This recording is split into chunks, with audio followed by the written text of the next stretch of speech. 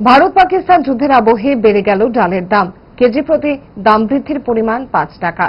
জানা গেছে মাত্র দুদিন আগে রেশন দোকানে সরবরাহ করা এই ডালের দাম বৃদ্ধি পেয়েছে। এপিএলভুক্ত রেশন ভোক্তারা আগে ডাল পেতেন ৮২ টাকা কিলো দরে, এখন কিনতে হবে ৮৭ টাকা দরে। পাশাপাশি বিপিএলভুক্ত ভোক্তারা আগে ডাল পেতেন ৫৭ টাকা কিলো দরে, এখন গুনতে হচ্ছে ৬২ টাকা। রাজধানীর ক্যাচুমনি এলাকায় এক রেশন দোকান মালিক এ সংবাদ জানিয়েছেন।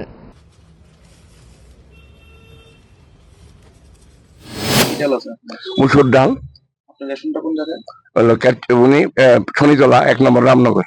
আগে কত টাকা আসতো আর এখন কত টাকা? এপিএল এর ডাল ছিল আগে ৮২ টাকা, এখন ৮৭ টাকা। আর বিপিএল এর ডাল ছিল আগে ৫৭ টাকা, এখন হচ্ছে ৬২ টাকা। কতদিনের মধ্যে এটা বাড়ছে? ২ দিন হয়েছে। বাড়ার কারণটা কি? এটা ঠিক বলতে পারছি না, গভর্নমেন্ট কি কারণে বাড়িয়েছে সেটা আমাদের বলার কিছু নেই।